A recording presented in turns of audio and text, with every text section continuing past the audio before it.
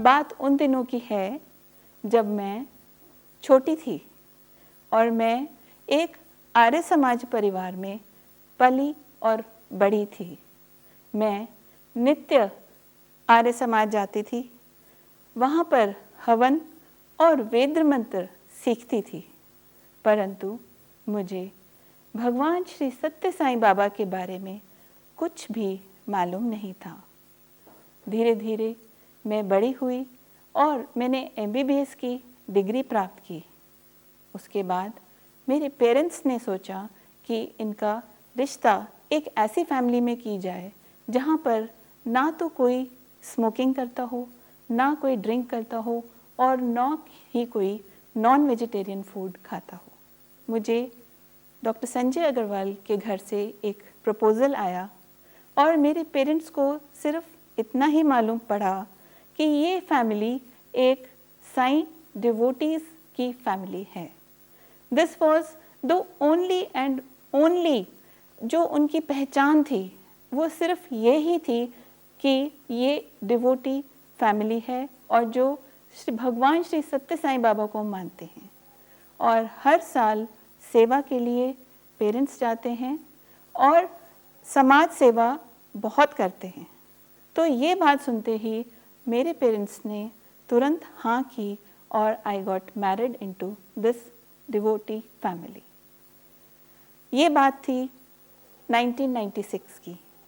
उसके बाद कुछ सालों तक मैं इस फैमिली में स्वामी के ऑर्गेनाइजेशन के सभी एक्टिविटीज़ को अपने मन से, अपने दिल से देखती रही, परंतु ऐसा आभास कि भगवान श्री सत्य साईं बाबा सचमुच भगवान के अवतार हैं, मुझे ये बात का पता लगाने के लिए बहुत बहुत साल लग गए। मैं अपनी माताजी को देखती थी कि वे नित्य प्रति सेवा में जाती हैं, पुट्टभर्ती जाती हैं, किचन में सेवा करती हैं, बाल विकास के कार्यक्रम करती हैं, मेडिकल कैंप्स ऑर्गेनाइज करती हैं। सन 2000 में मैं बहुत बीमार पड़ गई थी। इतना बीमार हो गई थी कि पूरा 1 महीने तक मुझे डिहाइड्रेशन होता रहा। हम लोग उन दिनों गवर्नमेंट हॉस्पिटल में कार्यरत थे, तो वहाँ के सारा स्टाफ हमारे घर पर आकर मेरा ट्रीटमेंट किया करता था। एक दिन ऐसा आया जब मैंने दूसरी दुनिया के दर्शन कर लिए और मैं इस दुनिया को छोड़कर जा रही थी। मुझे ऐसा आभास हुआ कि अब मैं इस दुनिया में नहीं हूँ। मैंने अपनी माताजी को कहा कि ये मेरा छोटा सा बेटा है, आप इसका हाथ थामिए और अब मैं आपसे अलविदा लेती हूँ। माताजी मेरे दौड़ कर गए और वो भगवान बाबा की चित्र के आगे उन्होंने दोनों हाथ जोड़े और उन्होंने एकदम से उनसे बहुत दिल से प्रेयर किया, भगवान मेरी बेटी को बचा लेना। क्या देखती हैं, उनके सामने फोटो पर इतनी बड़ी एक बूंद शहद की और स्वामी का फेस स्माइल करता हुआ। जैसे ही वो उस फोटो को देखती हैं, उनके मन में तसल्ली आ जाती है कि अब मेरी बेटी बच जाएगी। इतने में ही घर में दस्तक होती है दरवाजे पर और घंटी बजती है और हमारे घर में एक अंकल आते हैं जो साईं डिवोटी थे। उनका नाम था श्री व्यास जी। वो बहुत बड़े पहुँचे हुए डिवोटी थे और वो एक बाल विकास का कल्चरल प्रोग्राम की तैयारी करवाने के लिए आए थे जो पुट्टपर्ती में होना था और मेरे मदर इन लॉ ने उनको इनवाइट किया था कि वे बाल विकास के बच्चों का प्रोग्राम भी देख लें। उनके साथ उनकी पत्नी भी आई थी। वे दोनों अंदर आए और मेरे बेड के दोनों साइड पे खड़े हो गए और जैसे ही वो खड़े हुए और उन्होंने ढेर सारी विभूति अपने हाथ में ली, मेरे माथे पर लगाई, मेरे कंठ पे लगाई और मुझे कुछ खिला दी। कुछ ही क्षण में मुझे ऐसे लगा कि मुझे वापस दूसरी दुनिया से इस दुनिया में लाया जा रहा है और मैं तुरंत ठीक होकर उसी बेड पर हंसते हुए बैठ गई। और मैं जब उठकर बैठी तो सब लोग मेरे आसपास जो थे वो हैरान रह गए और मैं दीवार पर लगे स्वामी के कैलेंडर की तरफ देख रही थी और साईं राम का जाप कर रही थी। मुझे मेरे पति डॉक्टर संजय ने पूछा कि अब कोई ग्लूकोज लगाना है? मैंने कहा नहीं। तो वो कहते अब आप ठीक हैं? मैंने कहा हाँ बिल्कुल ठीक, मुझे क्या हुआ है? और मेरी मेमोरी पे लॉस हो गई कि मुझे बाद में बताया गया कि आप इतना बीमार हो गए थे। तो यही बात ख़त्म नहीं हुई। रात को मैं सोई तो सुबह के वक्त 5 बजे का समय था और मुझे एक बहुत ही सुंदर ड्रीम आया। काफ़ी देर तक वो ड्रीम चलता रहा। उसमें मुझे स्वामी ने अपने दर्शन दिए। वो मेरा पहला अनुभव स्वामी के साथ था ड्रीम के रूप में।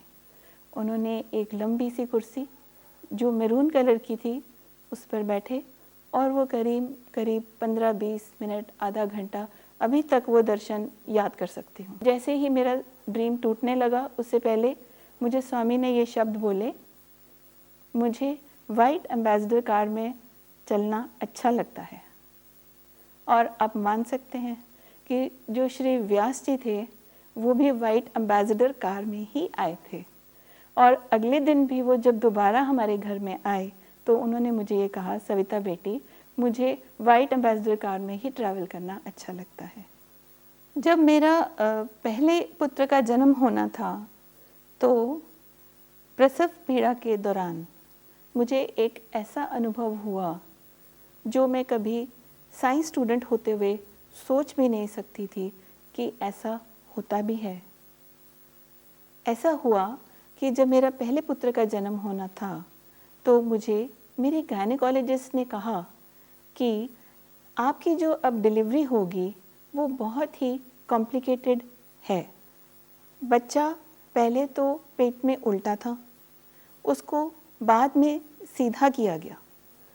उस प्रक्रिया में जो कॉर्ड थी, जो उसकी नॉल होती है बच्चे की, वो गले में 3 टाइट लूप्स बना दिए थे उसने और उससे बच्चे की गले के ऊपर बहुत प्रेशर पड़ रहा था और उसके जीवन को बहुत खतरा था।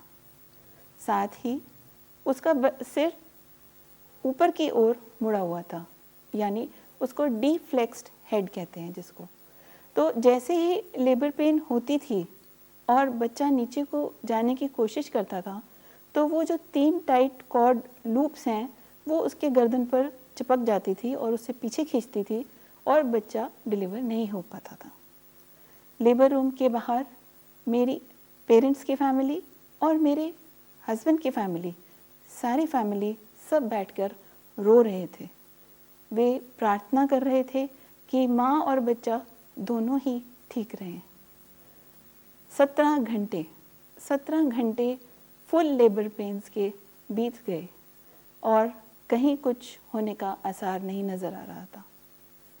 इतने में मैं सुनती हूँ कि गायनेकोलॉजिस्ट ज़ोर से आवाज़ लगाती हैं कि चलो सिजेरियन की तैयारी करें। और मैंने जैसे सुना हुआ था कि अगर मैं स्वामी को पुकारूंगी, जैसे मेरे फैमिली ने मुझे सिखाया हुआ था कि बेटा स्वामी को प्रार्थना करो, पुकारो, तो वो तुम्हारा दौड़े दौड़े चले आएंगे तुम्हारी हेल्प करने। तो उसी प्रक्रिया को सुनकर मैंने कहा स्वामी स्वामी, 2 बार स्वामी बोला एंड लो एंड बिहोल्ड मेरे सामने लेबर टेबल पे मेरे साथ स्वामी खड़े हो गए आकर। I could really see him. वो पूरे अपने ड्रेस ऑरेंज रोब में खड़े थे और उनके ऊपर पूरा ऑरा मैं अभी भी याद कर सकती हूँ। उन्होंने अपना लेफ्ट हैंड मेरे माथे के ऊपर रख दिया और जैसे ही उन्होंने मेरे माथे के ऊपर अपना हाथ रखा मुझे शांति मिली। और मेरे गायनेकोलॉजिस्ट ने एक बार कहा चलो एक ट्राई और देते हैं। ना जाने उनके माइंड में ये कैसे बात आई। उन्होंने मुझे कहा बेटा एक पुश और देना, देखते हैं शायद हो जाए। और आप मान नहीं सकते कि बहुत ही ईजिली इतनी डिफ़िकल्ट डिलीवरी बहुत ही ईजिली डिलीवर बेबी हो गया और बच्चा क्राई करने लगा। और जैसे ही वो क्राई करने लगा तो उसकी आवाज़ जब बाहर पहुंची तो पूरा परिवार हमारा आनंदित और उल्लासित हो गया। तो यही कहते हैं कि स्वामी कहते हैं कि आप मेरी तरफ एक कदम बढ़ाओ मैं आपकी तरफ 10 कदम बढ़ा दूंगा और मैं आपकी रक्षा करूंगा।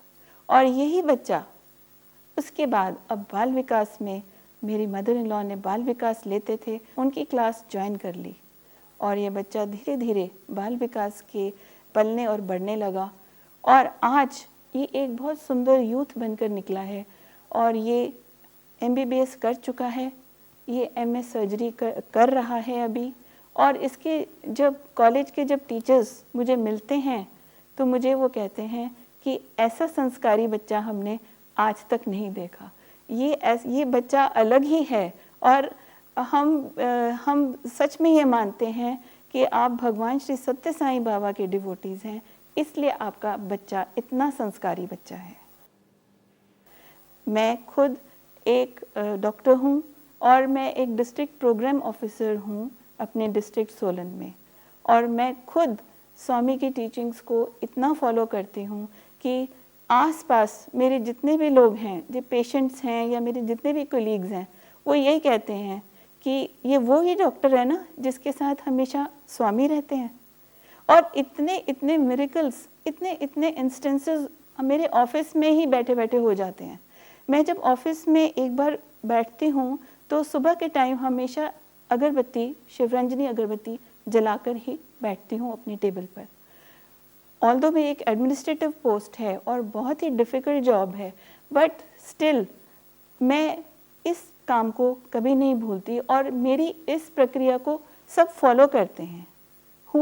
एक बार ऐसे हुआ कि मैं पुट्टपर्ती गई हुई थी और वहाँ पर स्वामी के दर्शन कर रही थी।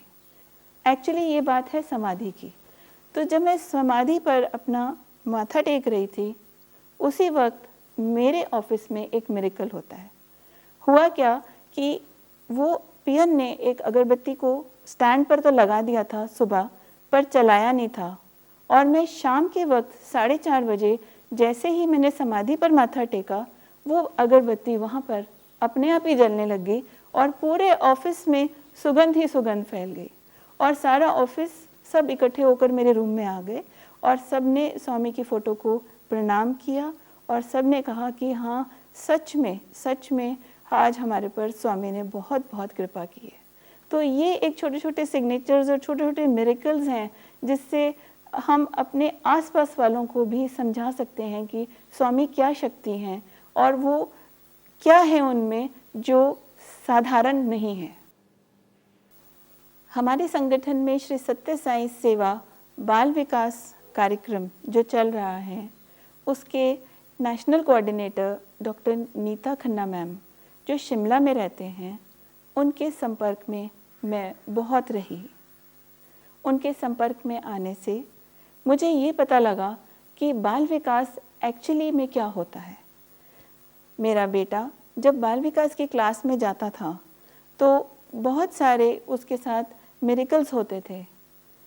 बचपन में उसने एक बाल विकास की कॉपी बनाई जिसमें वो सभी मंत्रों को लिखता था और उसमें बहुत सारे वो अपनी पिक्चर्स भी बनाता था, पेंटिंग्स भी बनाता था और उनके मंत्रों के मीनिंग्स भी लिखता था और उसमें अपने वैल्यू सॉन्ग्स भी लिखता था और भजन्स भी लिखता था और सीखता था।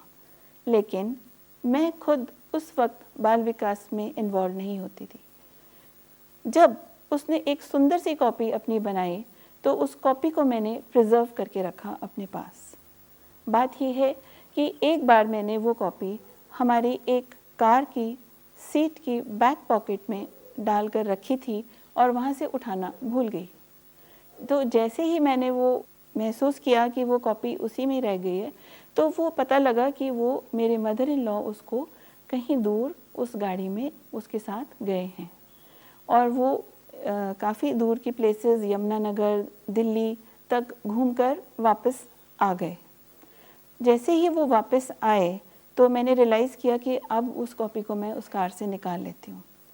और आप मान सकते हैं कि जैसे ही वो मैंने कॉपी निकाली तो कोई और उसको कार को बोरो कर ले गए और कुछ ही मिनटों के बाद उस कार का एक्सीडेंट हुआ।